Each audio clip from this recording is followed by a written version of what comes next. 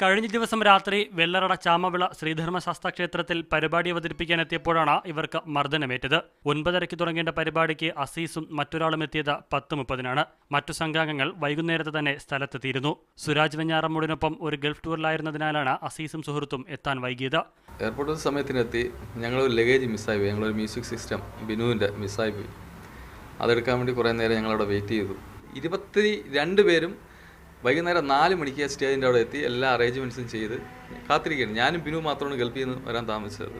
എന്നിട്ട് ഞങ്ങൾ കമ്മിറ്റിക്കാരത്ത് പറയുകയും ചെയ്ത് അവർ വരുന്നതിന് മുമ്പ് നമ്മൾ ഷോ തുടങ്ങാം, അവർ വന്ന് ജോയിൻ ചെയ്യും, അവർ വരട്ടെ, അവർ വന്നതിന് ശേഷം മാത്രം ഞങ്ങൾ പരിപാടി തുടങ്ങിയത്. മർദ്ദനത്തിൽ അസീസിന്റെ കേൾവി ശക്തിക്ക് തകരാർ സംഭവിച്ചു.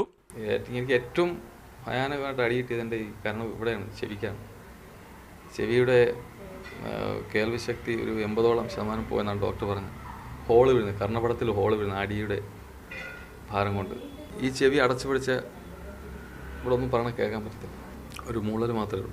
സംഘത്തിലെ വനിതയെയും ക്ഷേത്ര കമ്മിറ്റി ഭാരവാഹികൾ ഉൾപ്പെടെയുള്ളവർ മർദ്ദിച്ചെന്നും പരാതിയുണ്ട്. മീഡിയ 1 തിരുവനന്തപുരം.